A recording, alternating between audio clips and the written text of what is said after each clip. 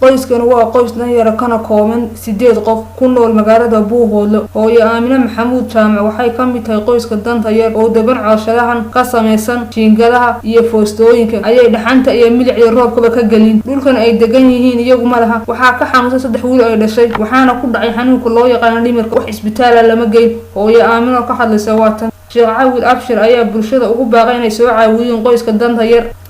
waxaan la hadlayaa muslimiinta walaalaha iyo dunida daafaheeda meel walba jooga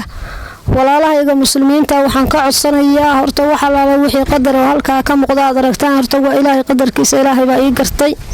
saddexda wiil maskaxday ka xanuunsanayaan waa 3 nin oo waalan ninkii u weynaa waan waayo muddo imikayga maqan yahay haddana laba ay xidhan halkaas aad ka aragtaan muslimiin ay nimanka dhibaatada haysata deegaanuna hooyana wax laala waxaan qaban karayaa ma jirto waxaan adduunyada hooyana ma ay jirto beedka iyo barada aan joogana waad aragtaan xataa meesha dhulka aan deganahay nin islaam baa yiri bariya ii degano wooyaha bariyada dadka xanuunsanaya haysta iska degano ilaah dirta bariya iigu degano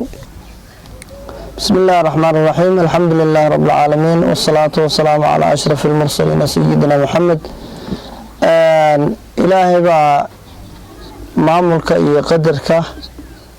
idankiisa ayaa shaqeynaya saaka ayaa waxaan soo booqanay xaafadan oo dad xanuunsanaya ay joogaan xaafadan waxaa degan reer Maxamed Ismaaciil baa degan xaafadan waxaa ka xanuunsanaya 3 wiil baa ka xanuunsaday miduu firdhado waa la waayay geeriya nolol hadda lama hayo meel uu galay haddana 2 nin oo waaweyn oo kala dhantaalan oo Ilaahay subxaanahu wa ta'aala ayaa idamka iska leh xuskii Ilaahay uu ka qaaday ayaa u xiran reerkan waxa weeye reer danyar ah waana dad masaakiina waa dad dhulka ay ku jiraan aan lahayn muslimiinta waxaan ugu baaqaynaa waan ka codsanaynaa inay isu naxariistaan oo ay khaasatan ubadkan xidhan ee xuskoodii waayay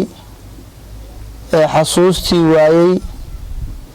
maskaxdiga garashadii waayay inay u naxariistaan si Ilaahay subxaanahu wa ta'aala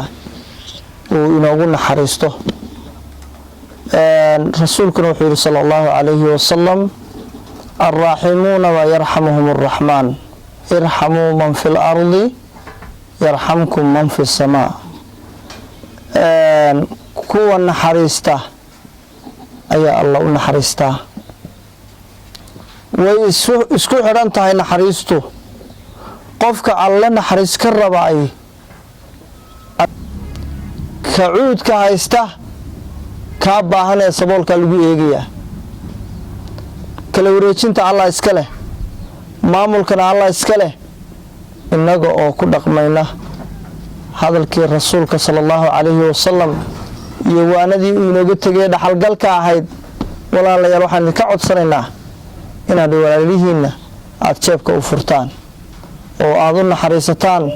sida aad naxariista Allah aad u heshaan Ilaahay baa idin naxariisanaya xirsi baa Ilaahay idin ka dhigaya dhowrta Ilaahay idin ka dhigaya Maxamed Salaad telefishinka caalamiga Bulsho TV magaalada Buuhoodle